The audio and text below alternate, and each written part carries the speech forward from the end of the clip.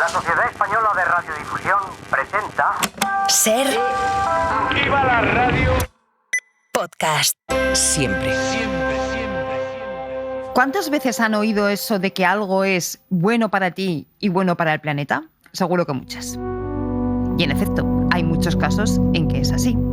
Uno de los ejemplos en que mejor se puede comprobar es en el ahorro de energía y dinero en nuestras viviendas. En casa, en la comunidad de vecinos o en todo el barrio. Y es que la eficiencia energética, que consiste en consumir menos energía sin perder confort, es más, ganándolo, permite ahorrar dinero y energía y al mismo tiempo reducir emisiones de CO2, que son, como sabemos, una de las responsables del cambio climático. Así que sí, es bueno para ti y bueno para el planeta. De ahí que la eficiencia energética se haya convertido en la estrella de muchas de las políticas energéticas, de las más cercanas a la ciudadanía. Ayuntamientos de toda Europa, comunidades de vecinos, empresas y universidades llevan ya años diseñando y aplicando estas medidas. Por eso hoy podemos decir alto y claro que es posible ahorrar dinero y energía en casa. Claro que se puede. Un podcast sobre transición verde y medio ambiente en el que intentamos responder a la gran pregunta: ¿qué estamos haciendo para atajar la crisis climática?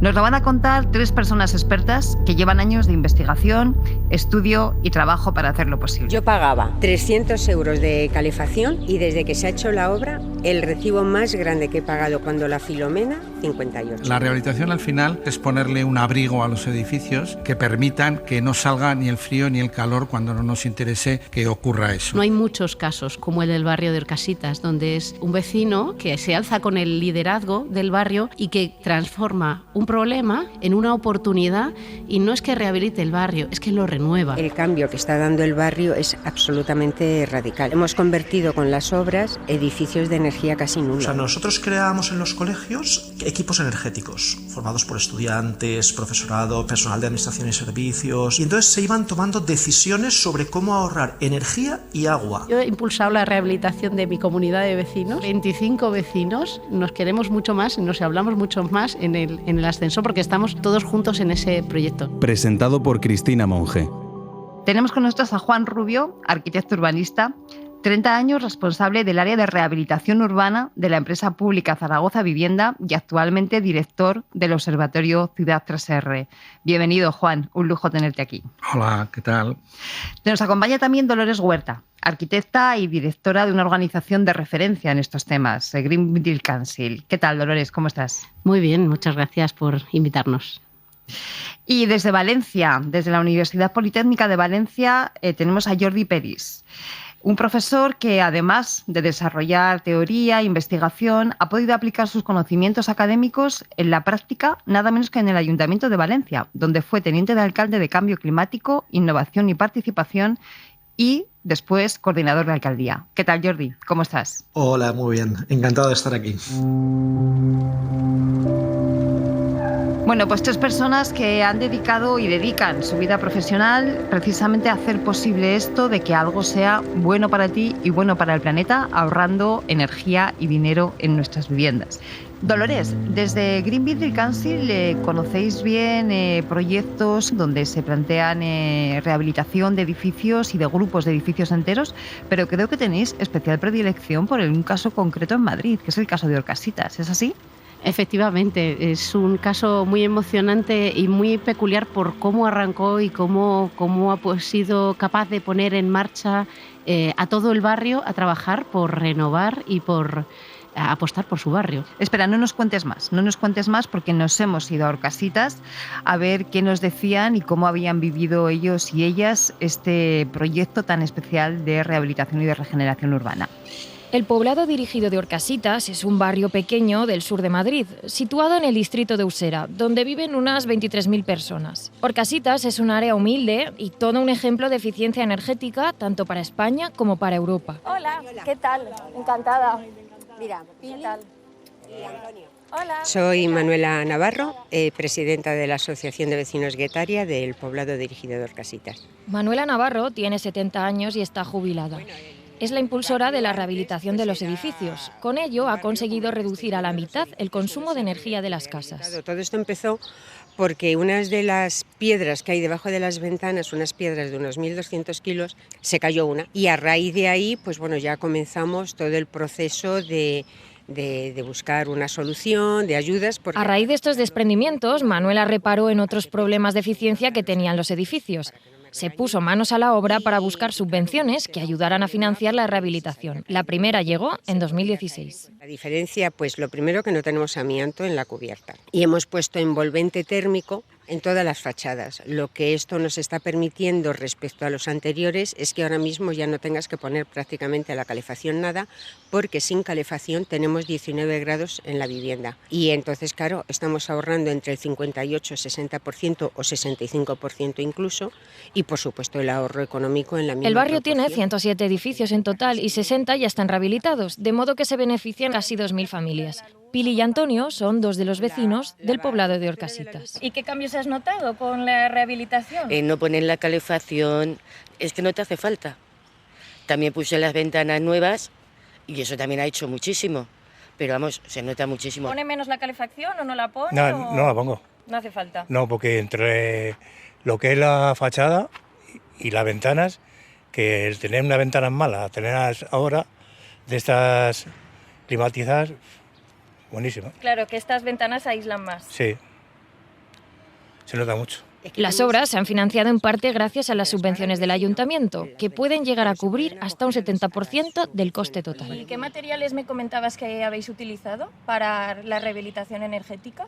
Se ha utilizado poliestireno expandido, se han cambiado bombillas por LED, se han puesto sensores de movilidad para que solamente se encienda la luz cuando haya alguien. Los ascensores son también eficientes. Para Manuela, la información continua ha sido clave para involucrar a los vecinos, aunque empezar no fue La fácil. primera asamblea, la verdad es que fue un poco lamentable porque vinieron 6 y luego la segunda fueron otros 8 o 10, que tampoco fueron mucho. Pero sí que es verdad que era un tema tan importante que había que seguir insistiendo para que los vecinos se entendieran. Y de estos 6, 8, 10, 12 empezamos ya a tener asambleas de 100, 150 y hasta de 300 vecinos. Los edificios de la Unión Europea son responsables del 40% del consumo energético del total de la Unión, según los datos de la Comisión. Yo pagaba 300 euros de calefacción y desde que se ha hecho la obra, el recibo más grande que he pagado cuando la Filomena, 58. Pero solamente en todo el invierno. En todo el invierno. O sea que la diferencia es abismal. Y nosotros 150 euros, 170 y ahora 41, 42. Es que no la pongo.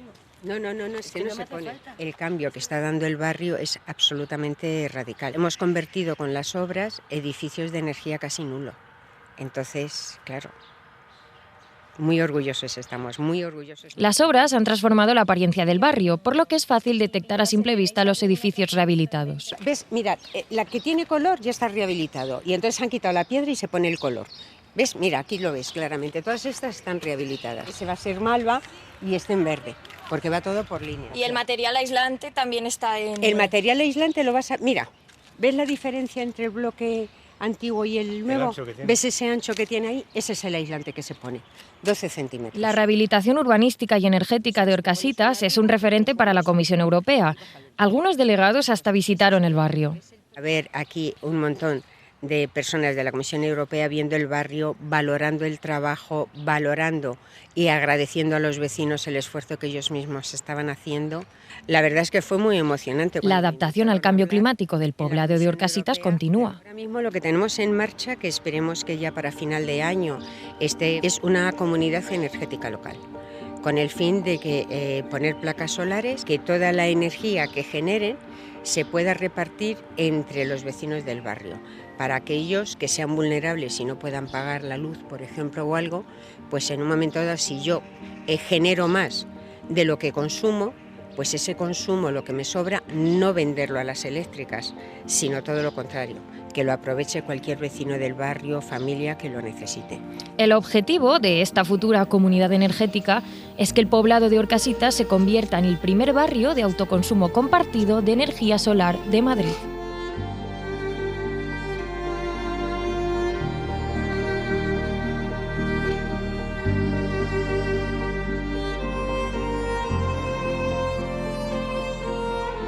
Muchísimas gracias, Mariola. La verdad es que se ve clarísimamente que el barrio mejora como tal, la gente está contenta una vez pasado pues, lo que suponen unas obras, pero fíjate, Dolores, las cifras que nos estaba dando Manuela, un 60 o un 65% de ahorro y cifras que hablaban de que ha pasado de pagar una factura en invierno de 300 euros de calefacción a 58 en el invierno de la Filomena.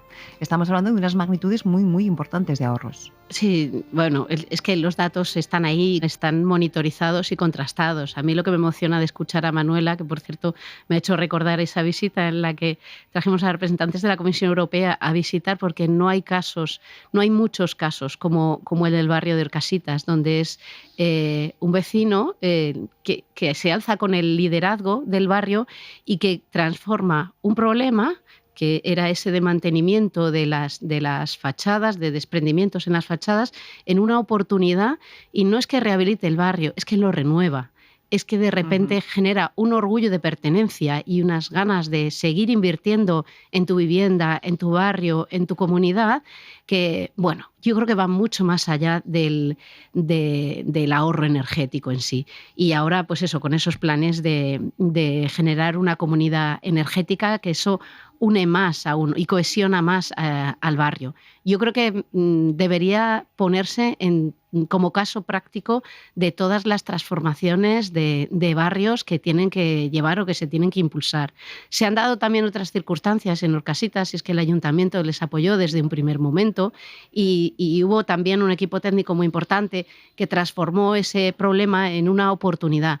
Es que en los años 50, 70, 80 se construían con muy malas calidades energéticas, pero no solo energéticas, es que tienen ya 70 años y necesitan una intervención, una renovación. Convertir ese problema en una oportunidad y darle una vida mucho más ilusionante, que nos da mucha calidad, confort y ahorro, eso es lo que yo creo que los ciudadanos tienen que entender, porque bueno, es único. Dolores, nos comentaba Mariola antes que en estos momentos hay bastante financiación, mucha de ella europea, por medio de los ayuntamientos, que puede ayudar a acometer estas obras. ¿El caso de Orcasitas, con estas ayudas, se puede extender a otros barrios? Sin duda alguna. Estamos en un momento de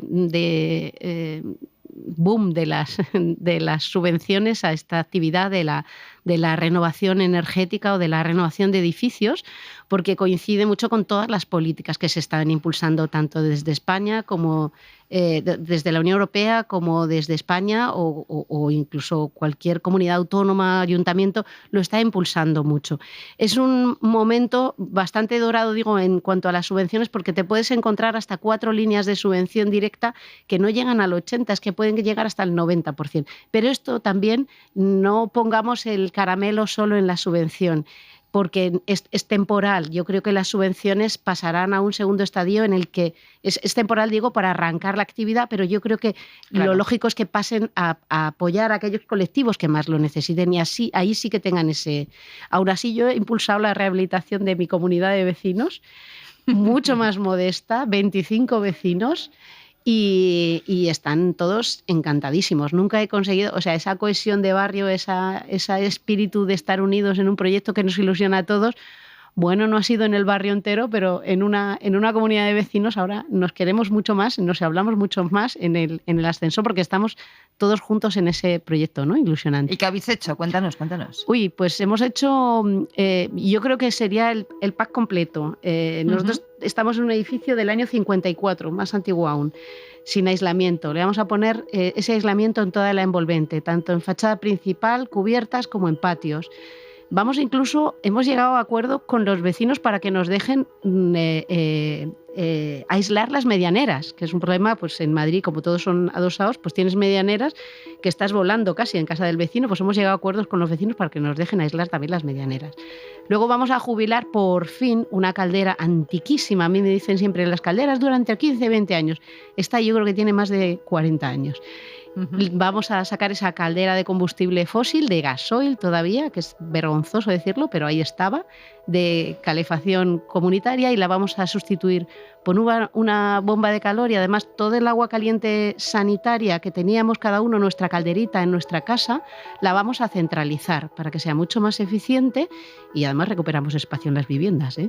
Y por último, vamos a poner todas las placas o las placas óptimas que nos han diseñado y que nos dejan también por superficie en cubierta para apoyar ese autoconsumo, digamos, de nuestra comunidad. Así que yo creo que es un completo. Juan, sabemos que tú personalmente y el Observatorio Ciudad 3R que diriges tenéis predilección por la rehabilitación no solamente de viviendas, ni siquiera de edificios, sino más allá.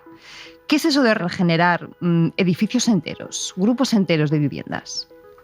Bien, digamos que lo que es bueno, siguiendo un poco lo que vas diciendo, para una vivienda, lo es, como es lógico, para un edificio de muchas viviendas. Pero la realidad en España y en muchos otros lugares de Europa es que en los años 50-80 se realizaron muchísimas construcciones en un periodo concreto entre los 50 y los 80 con graves carencias, especialmente en materia de aislamiento térmico, que en aquel momento no se exigía. Eran viviendas poco eficientes. Eran viviendas poco eficientes y, por tanto, pasado un tiempo y ahora mismo con las graves necesidades que tenemos, se hace necesario el intervenir.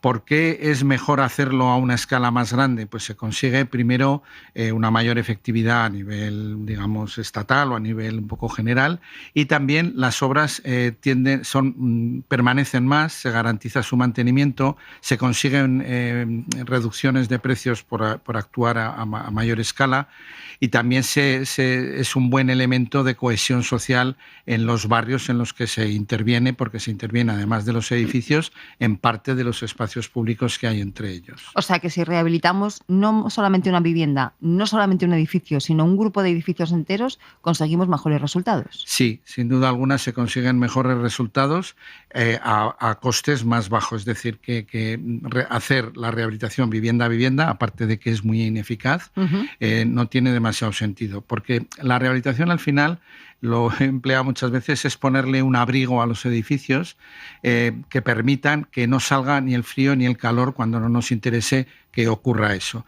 Y eso tiene mucha más efectividad cuando se realiza sobre un edificio, y cuando hablo de un edificio puede ser un edificio con 3, 4 portales, 40, 50, 60 viviendas o incluso conjuntos de 300, 400, etcétera, ¿no? ¿De cuánto ahorro estamos hablando? Pues si se realiza la intervención sobre el conjunto de la envolvente, que incluye el cambio por fuera de las ventanas, estaríamos hablando con un mínimo de un 50% respecto de la situación anterior, y se ha llegado en ocasiones al 60-65%. O sea que si le ponemos ese abrigo al edificio que decías y cambiamos la ventana, se pueden llegar a alcanzar ahorros de energía de entre el 50 y el 60%. Sí, eso está totalmente demostrado y monitorizado en las actuaciones que venimos haciendo desde hace más de 10 años. Puedo hablar en primer lugar, como es lógico, de la ciudad en la que he trabajado, de Zaragoza, y hay varios conjuntos, en el barrio de Las Fuentes, Picarral, Balsas de Ebro Viejo, etcétera, donde hay en torno a cerca de 2.000 y pico viviendas en todas ellas desde el año 2010, con actuaciones en las que se ha podido monitorizar, concretamente en Balsas de Ebro Viejo, ahorros del 55% respecto de la situación anterior. Y están ya terminadas, la gente está muy contenta, y en muchos casos no se ha tenido que poner ni siquiera la calefacción en algunos inviernos más benignos. En otros se ha puesto algunos días. O sea que incluso en una ciudad como Zaragoza, que solemos tener inviernos duros, ha habido casos en los que ni siquiera ha hecho falta poner la calefacción gracias a que esos edificios tenían ese abrigo que nos decías y otras medidas como por ejemplo el cambio de ventanas. Sí, ¿no? El confort térmico que se alcanza y acústico como consecuencia también de las ventanas es muy notable, y la gente, son todo sonrisas cuando vas después por allí. Cuando se hacen las obras durante un año, pues siempre es un poco molesto, pero cuando ya vas por allí con la obra terminada, la gente está encantada, y lo que nos piden los vecinos de al lado es saber cuándo les llega a ellos. Mucha de la gente que nos está escuchando tendrá envidia, ¿no? Dirá, yo también quiero, pero no en todos los barrios o no en todos los edificios hay una Manuela en Orcasitas o una Dolores Huerta en tu casa. Y claro, uno se plantea, si yo consigo convencer a mi comunidad de vecinos de que hay que hacer esto, ¿qué hacemos? ¿Dónde vamos? Sabemos que hay subvenciones, pero ¿dónde hay que pedirlas? Luego habrá que pedir algún tipo de proyecto técnico. ¿Cómo se hace? Jordi, yo creo que en Valencia habéis innovado bastante en este sentido y pusisteis en marcha un proyecto de lo más exitoso. Cuéntanos.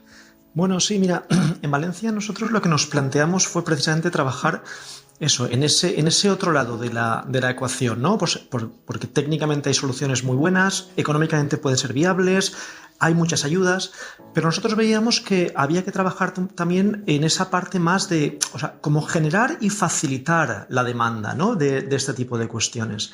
Entonces, ya hace algunos años pusimos en marcha, sería en el 2017, una cosa así, la primera oficina de la energía de la ciudad, ¿no? Que el objetivo era precisamente lo que tú has dicho. Bueno, pues asesorar, explicar, hacer que la gente conociese las diferentes opciones que existían sobre todo esto para facilitar que se involucrasen en este tipo de cuestiones, ¿no? No solo en temas de rehabilitación, que también, o sea, es una oficina que instalamos en un barrio de Valencia, en el barrio de Ayora, y desde ahí, pues, digamos, era como una oficina abierta a la ciudadanía, ¿no? Donde podían venir, preguntar, etcétera. Pero ya te digo, no solo sobre rehabilitación, sobre cosas muy, muy básicas de la forma de utilizar y gestionar nuestra energía en casa, ¿no? Y de acompañarles, bueno, pues en ese proceso de cambio en el uso de la energía y de entender que mediante medidas muy, muy sencillas podemos ahorrar mucha energía y también mucho dinero, ¿no? Entonces, o sea, simplemente, pues, cosas que se han mencionado antes, ¿no? Cambio de iluminaciones, cambio de electrodomésticos, mejoras de aislamientos, pero mejoras sencillitas también, ¿no? Con eso conseguíamos hacer que las familias, bueno, pues viniesen ahí y aprendiesen a gestionar un poco mejor la energía, ¿no?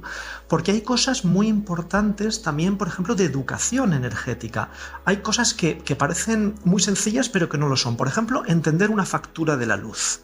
Tú coges una factura de la luz y es muy difícil entender lo que te están incluyendo en esa factura, ¿no? Que si la potencia contratada, que si la potencia consumida, etcétera, tal cual. Entonces ahí, digamos, una de las cosas que hacíamos era explicar todo este tipo de cuestiones y hacer que la gente, bueno, pues pudiese tomar medidas muy directas que les ayudase a ahorrar energía con carácter inmediato, ¿no?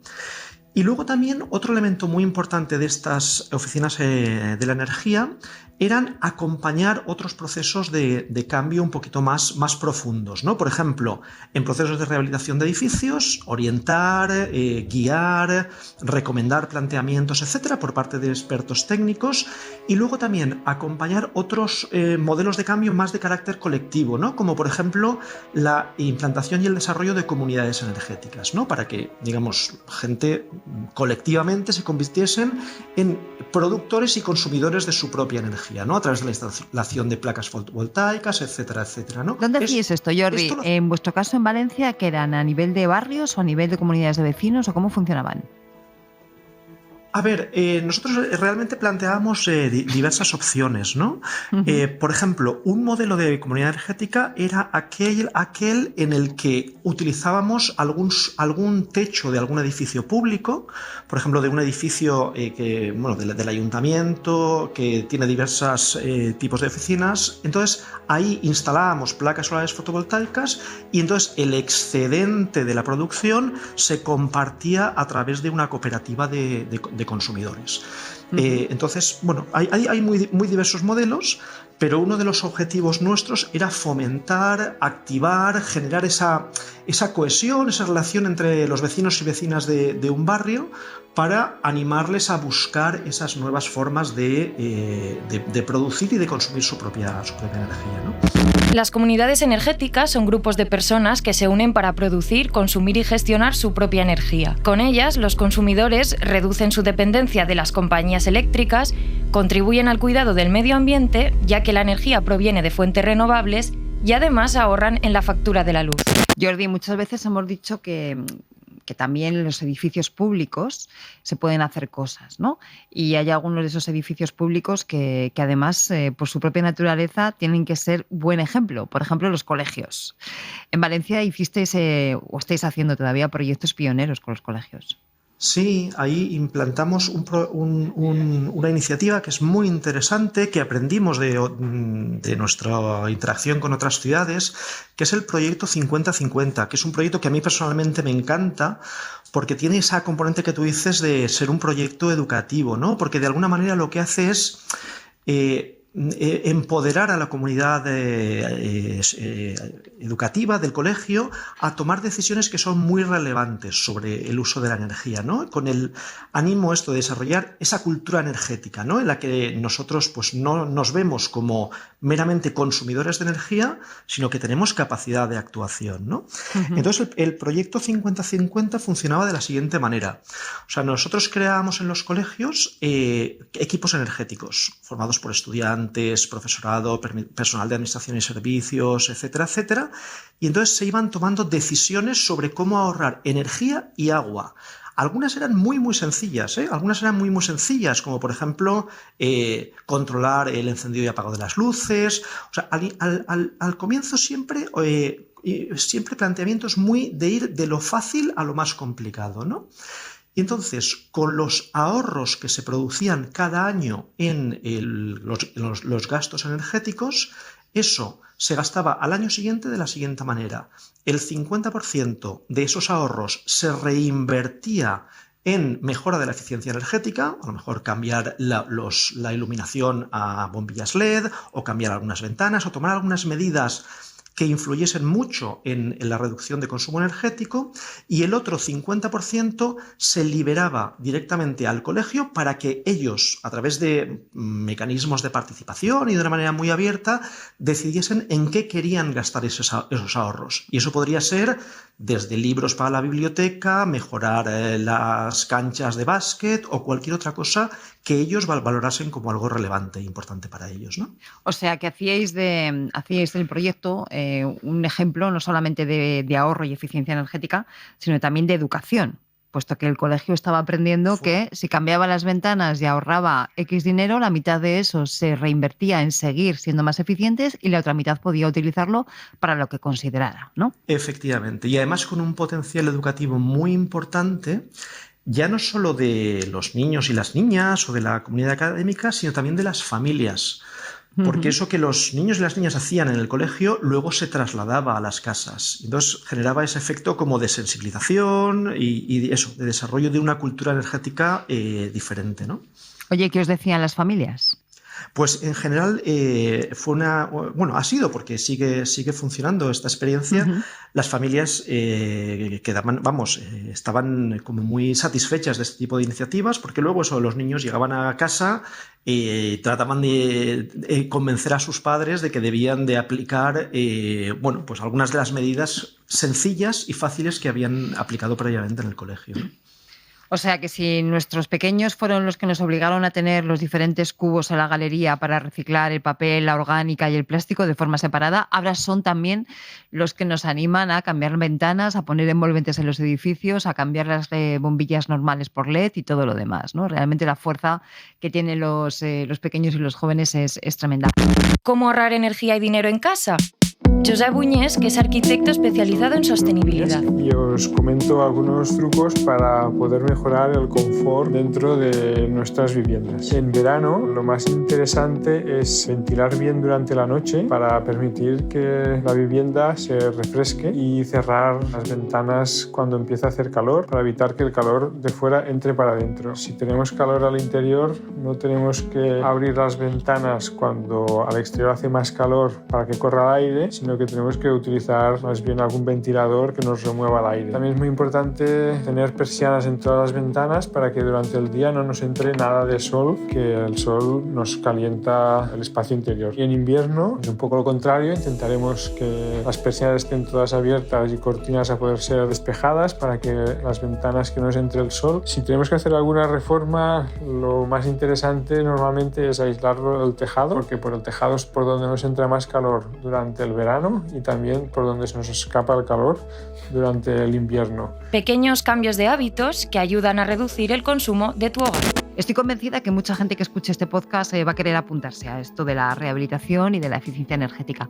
Si tuvierais que darle un solo consejo, decir, ¿cuál es el siguiente paso? ¿Cómo puedo empezar yo a hacer esto, Juan?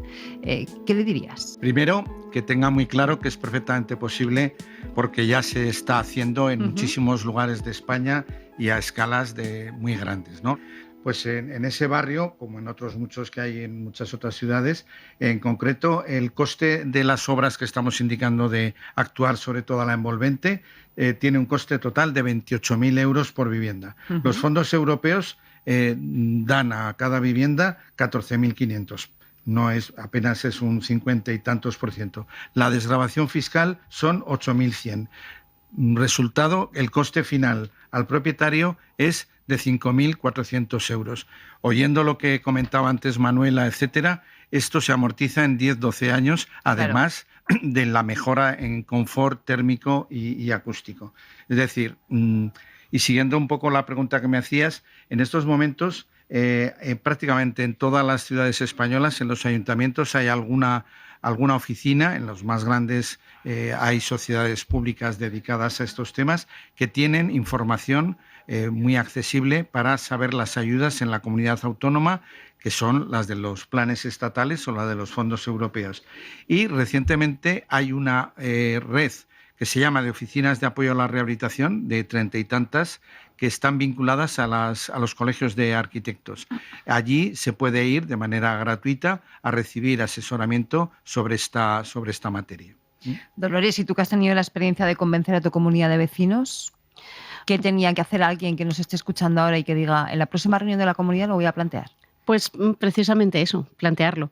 Yo creo que el primer paso es informarse. Juan lo ha dicho, hay muchas oficinas ahora mismo de apoyo y de información sobre cómo llevar a cabo una renovación de su edificio, y ahí pueden tener mucha primera información.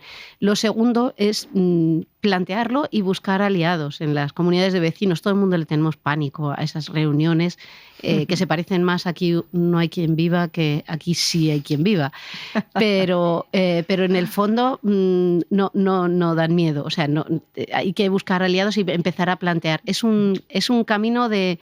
No de corto recorrido, aunque es verdad que la oportunidad ahora de este momento brillante de subvenciones es ahora, pero sí de un recorrido a medio y largo plazo en el que se aprende mucho y en el que se mejora. El ahorro es muy importante, ¿vale?